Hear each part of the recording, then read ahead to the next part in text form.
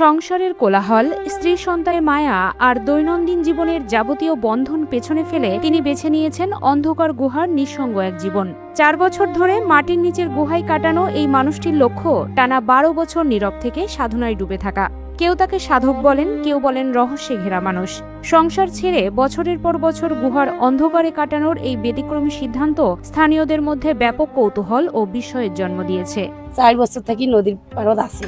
এখন উমার কি এলাম মতলব, উমার বই পুস্তক পড়ছে বাদে শ্রী এইটা করছে, মানে এইটার নাম বলে উমার মৌনব্রত। নীলফামারীর জলঢাকা উপজেলার ধর্মপাল পাইটকাপাড়া এলাকায় নদীর ধারে নির্জন পরিবেশে 4 বছর ধরে গুহায় বসবাস করছেন রঞ্জিত সাধু।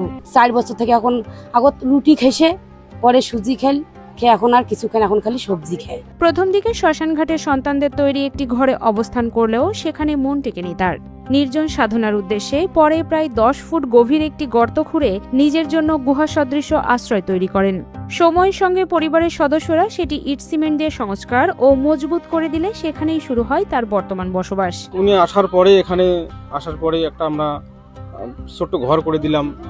ওই ঘরে ছিল মোটামুটি 15-20 দিন থাকার পরে উনি একটা এখানে গর্ত করলো, পুরা 10 ফিট গর্ত, বাঁশের বেড়া দিয়ে উনি করলো।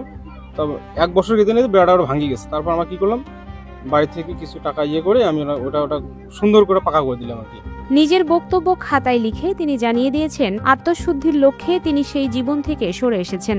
এমনকি 12 বছর পূর্ণ হওয়ার পরও সংসারে ফেরার ইচ্ছা নেই বলেও আভাস দিয়েছেন রঞ্জিত সাধু।